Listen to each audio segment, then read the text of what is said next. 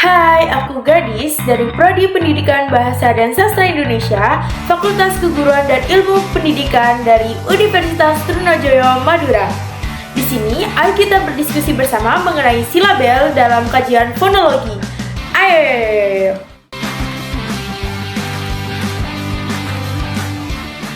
Kalian tahu nggak apa itu silabel?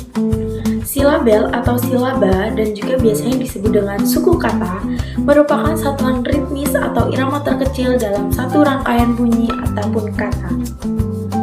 Silabel biasanya minimal terdiri atas satu bunyi vokal, baik itu diawalin dan diikutin oleh konsonan maupun tidak.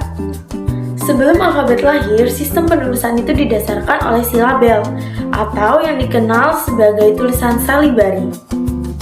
Nah, aksara silabari atau biasa dikenal pula dengan nama aksara silabis atau ejaan silabis merupakan ejaan yang berdasarkan suku kata. Maka, setiap huruf akan mempresentasikan satu suku kata. Aksara bugis atau aksara lontara merupakan salah satu contoh bahasa yang sistem ejaannya menggunakan aksara silabis. Nah, selanjutnya mari kita bahas lebih lanjut mengenai teori silabel.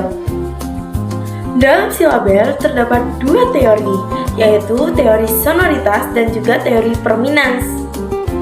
Yang pertama, kita akan membahas mengenai teori sonoritas. Nah, apa sih sonoritas itu?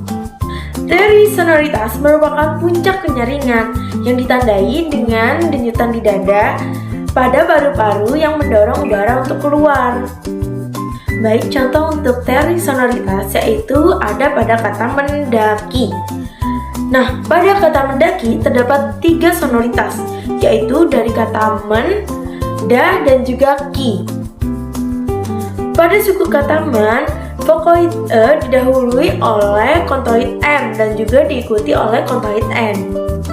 Pada suku kata yang kedua terdapat vokoid a yang didahului oleh kontoid d.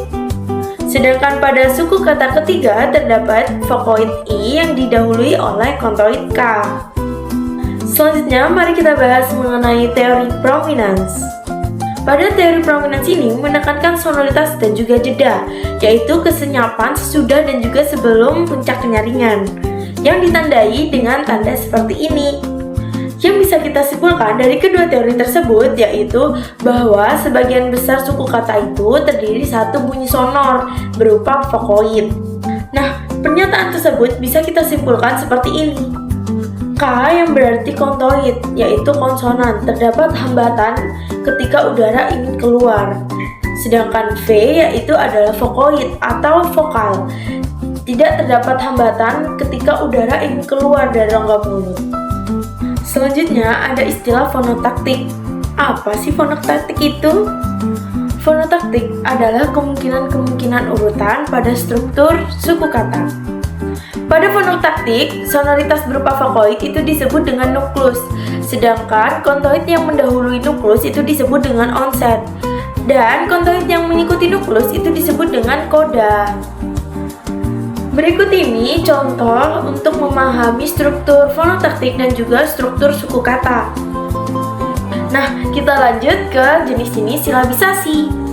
Silabisasi terdapat dua jenis, yaitu jenis silabisasi fonetis dan juga silabisasi fonemis. Silabisasi fonetis adalah penyukuan kata yang berdasarkan realitas pengucapan yang mencakup satuan hembusan nafas, denyutan di dada, dan juga satuan bunyi sonor atau bunyi nyaring.